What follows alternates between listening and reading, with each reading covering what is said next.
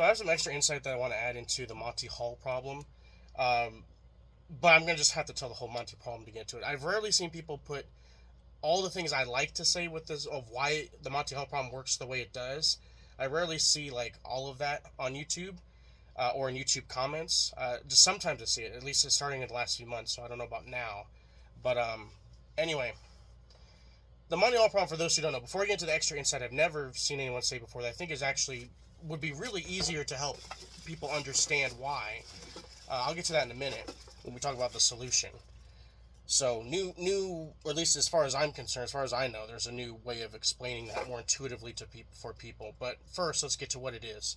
For those who don't know, the Monty Hall problem started around the 90s, and it was a problem of probability that a math professor came up with, and I forget most of the details, but basically, it became one of those things that people, every so often get interested in for whatever reason. Like some people claim that they solved it without being a math, person or whatever. And a lot of people put a lot of emphasis on it, sometimes too much stock into this thing. It's just, in some ways, it is just a math problem. I mean, it's important and all, but not like sometimes the hype gets too much. Anyway, so since the 90s, there have been times where people get in a hubbub about this. And so basically, there's two parts to this question. And the first part, it's about probabilities, and the first part goes exactly like you think it should. It's very intuitive, and as long as you've been to elementary school in most countries, you'd probably be able to solve it. It's just that part's straightforward. The second part's where basically nobody gets it right, and that's the legend behind this, is that basically nobody gets it right.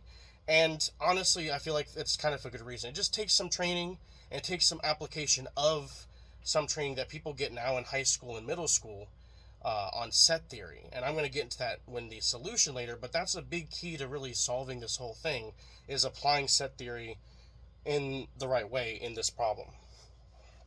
And set theory, actually, people don't always talk about it as much, but set theory plays a huge role, in mathematics, in probability and statistics. But anyway, so what is the Monty Hall problem for those who don't know? So basically it's a game show, and there's a guy playing in the game show. I'm just going to simplify some of the major dynamics of the game, just to make it more intuitive and straightforward. I'll let you know what things actually do matter. So there's a guy in the game show, he's trying to win a Lamborghini. So there's three doors, door A, door B, door C. Let's say that A, B, and C go left to right, just like we read in English.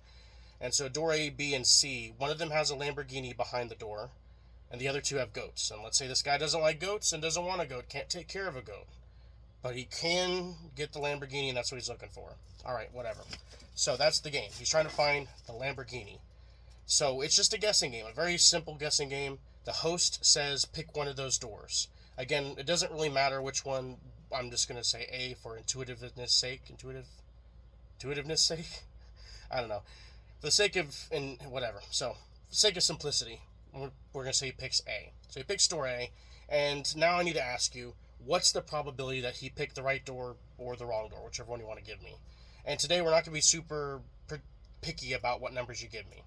Very straightforward. Everyone should be able to answer this one. This is not a trick question.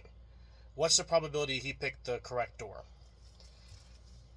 Remember, there's A, B, and C, and he's trying to get the Lamborghini.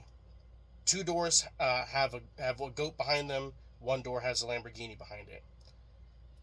There's no trick in that. It's just that's how that is. It's very straightforward. This is not a genie thing. No trick question there. What's the probability he got the right door? Okay, I'm pretty sure most of you got it right, even without the extra explanation. 1/3 chance, 33% chance. Probably some people even said a 30% chance. And, okay, we'll even accept that in today's thing. That's 30% chance is not exactly right, but even that's going to fly today. We don't need to be that particular for this kind of question. All right. Here's where the trick starts coming in. So the game show host says, okay, cool. You picked door A. Now, there's still door B and there's still door C. So let's just make things interesting, shall we? And that's when you're like, if you're the guy that's like, oh, come on, seriously?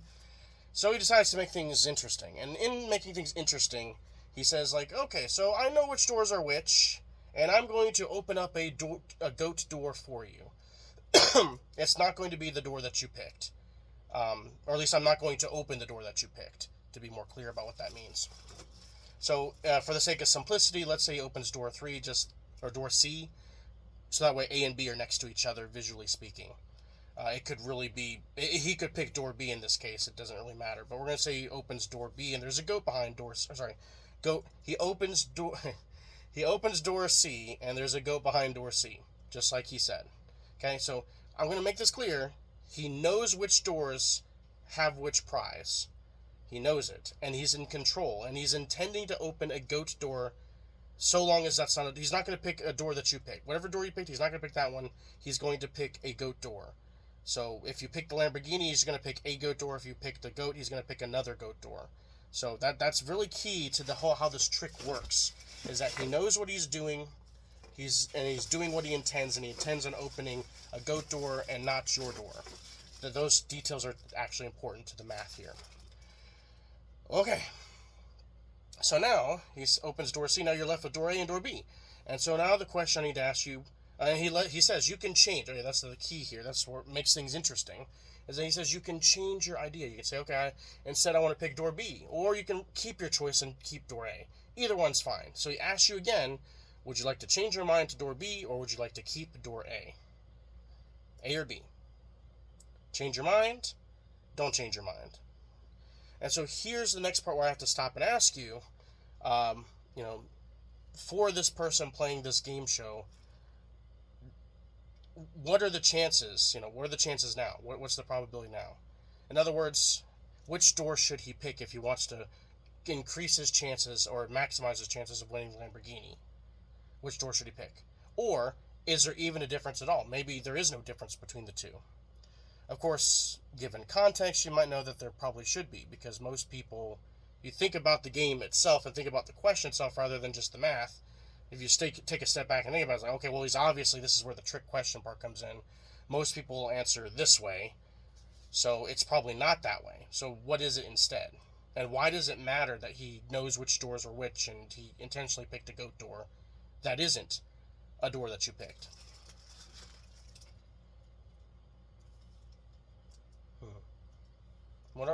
Does it make a difference? And if it does, what are the chances now? Should he change doors? Again, in order to maximize winning the Lamborghini. If you need some more time, go ahead and pause, but let's get into the answer. So, most people, and this is where the fame kind of comes in of this legend of this question, most people, including math teachers and everybody else traditionally speaking, says that there is no difference. It's a 50-50 chance because there's two doors, door A and door B, 50-50 chance, that's it, doesn't matter which one you pick. Don't need to switch, or you can't switch, it doesn't really matter actually. But, of course, you probably know by now that there's a trick to this, and that's not true. And it isn't. And so I'll get to that now. But first, the answer is that you should switch doors and pick the other door, door B, because door B has a 2/3 or 66% chance, while your door still has the 1/3 or 33% chance of being correct. So how does that work and why? Well, the first thing is that it goes back to set theory. So in set theory, and with probabilities, nothing's changed. Like the refreshing point was the very beginning when you were asked to pick your first door. Everyone started from scratch, and there really was a random 33% chance. You don't know what's behind each of the doors, and you're not being influenced to pick a door one way or the other. So it is basically random enough for this kind of conversation. It's random, so there is a 33% chance. So everything reset at that point, and that means everything stays the same until something changes them. And the big key here is that it's not each of those doors are a set. Instead, it's the set of, you have a set of doors or doors that you pick, and door or doors that you didn't pick. There's two sets. And so door A, in this case, goes into the door that you picked, or doors, technically, whatever. And the set of door or doors that you didn't pick would be B and C. And by nature of everything, these sets themselves inherit the probability. So the set of doors that you didn't pick, that set is the 66% chance. The set of door or doors that you do pick, or did pick from the beginning, is the 33% chance. 1. And it doesn't change unless something causes it to change. In order for it to be caused to change, if there's like some random or refresh kind of point going on, which didn't happen here. The host, knows which doors are which, so there was no randomness in his options and his choosing. There's no randomness in his voice. He was in control of the situation. He knows what doors are which, and he's in control, and he picked a door that has a goat in it, a door that you didn't pick. So it doesn't mess with the probabilities. All those things are technically important to the remaining of the probabilities. And all those things were intact, so it doesn't change them. Meaning, you can do this problem with various other door starting points that you pick and don't pick, and this general idea applies as long as those ideas are met. I've heard before, and when I first heard about this, actually, if you had a drunk friend, who's completely off his rocker and doesn't really understand what's going on with the game show anyway, runs up to the stage and open a door instead of the host, that would refresh everything to a 50-50 chance, because that's a new random event that kind of cleans the slate, so to speak. He could have opened the Lamborghini door. He could have opened the goat door. He could have opened your door. He could have opened any of the doors and ended up picking not your door, and it could have been the Lamborghini. So therefore, all these things, involved, ruined the situation to where they're refreshed. So I've heard these different things before, and I wanted to combine them together. I think the set theory thing one, I don't know if other people have been saying it. I've been saying it kind of for a while. But the thing I just thought of today, in just, thinking about this problem, the part that I thought about today that I think will actually really help people understand, because if you're still thinking this is kind of like weird and don't completely believe yet, I got something for you. So let's imagine, let's roll the clocks back. Okay, so you picked door A, and he goes up and says, let's make things interesting. Let's go back to that part. Let's make things interesting. I'm going to open a goat door. I'm going to open a door that you didn't pick. I'm going to open a goat door. I'm going to open door C, and behind door C there's a goat. Just like we did already. But instead of stopping there, he says, and I'm going to wheel in, on wheels, I'm going to wheel in 8 more doors to where there's 10 doors in total. And I'm not going to change which prizes are behind which doors. I'm just adding in 8 doors. And so, yes, the obvious is true. That doesn't really do anything. And that's the point. Simply adding or removing doors based on that control and not reshuffling, again, not, leaving everything intact. He's not reshuffling where the prizes are. He's not doing anything else. Kind of intuitively, that if you just added 8 extra doors, that's doesn't do anything. You actually seen the doors. In this case, it's very physical. You've seen the doors get wheeled in. You already know what was in that empty space where the doors now stand. There's nothing in there. Now, the sets are still a little bit different. There still is the set of doors that you picked from the beginning, doors that you didn't pick from the beginning. Now there's a third set, these extra weird-ass doors. They form a third set, I guess. It kind of doesn't matter, but if I understand correctly, they basically form a third set, but that's not, the set theory is important in general, but it doesn't affect the probabilities of the situation, really.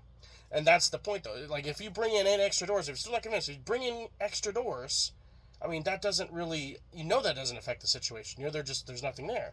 And that's where it goes down to, is that the doors are still those 2 doors.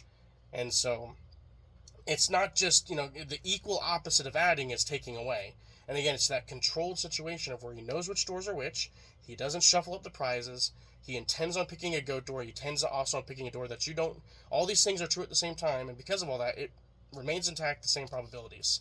It's just the same as if you just randomly, after doing that, wheels in 8 of those doors, extra, just to cover the empty space is already empty, and just does that. So that's hopefully that's insight that can help some people with this intuition there. It's not really adding and removing doors that changes probabilities. It's the conditions behind those adding and removing doors. And basically speaking, all these specific conditions are still intact from beginning to end, so there's no real refresh point. But again, if you had a drunk friend who is completely crazed out and does randomly open one of the doors, which could also be your door, that does, at least in the event that he opens up a not your door, that definitely does change the circumstances and probabilities of things. Because he might have opened the Lamborghini door, ruining the minigame, or they'd have to reset the minigame. So that's the thing. There's no conditions that cause a reset, and that's why. And so again, bringing in extra doors, doesn't change anything. It's just odd. And so again, for the same basic reason, removing that door under those conditions is the same thing. It doesn't really do anything to the probabilities. So, in the end, you do fare better by picking a second, by switching your choice and picking another door. And of course, with this, I think you have enough. I hope you have enough abstract information now that you can scale this up or down to various other doors, because you know the important elements. I think from this, I think all the important elements are covered, and why they're important. So it's possible here that if you really think about this whole question, you can probably restructure it to another situation where there are more doors from the beginning, or other switcheroos or whatever is going on. You might be able to start making more complicated situation. I'm not saying I recommend it, but you might be at a point you have enough of the basic information that if you master this idea, you can make something a little bit more complicated and interesting. But yeah, that's the basics idea, and the basics do go down to set theory and how to properly apply and define, the sets involved. And if you can properly apply and define the sets involved, then you can go far with actual probability courses, or probability and statistics applications in real life. This, again, usually in class, it's provided, I at least in my experience, it's usually provided a very generic, non-powerful, uninteresting kind of setting. But then when you see this, hopefully you can kind of start to see how actually this set theory stuff actually does, provide some power into doing this kind of math. So that's all I want to share. And to be clear, the new thing I wanted to add was the rolling in new doors. I think that's intuitive for most people, unless they're feeling really, depressed about the question or something. I think for most people, rolling in those new doors is just kind of intuitive. Well, that doesn't do anything, obviously, and that's the key. Like, it's an equal opposite. Rolling in new doors or taking away, the door under those specific conditions, those are basically the equal opposites to each other. And then hopefully that's a way to provide a little more intuition behind why that works. Although everything there should hopefully be sufficient enough anyway. Anyway, it's like wee hours of the morning for me, and I haven't gone to bed yet, so I gotta get going. Hopefully you guys enjoy this, and I'll see you guys, hopefully more often now. So, signing out.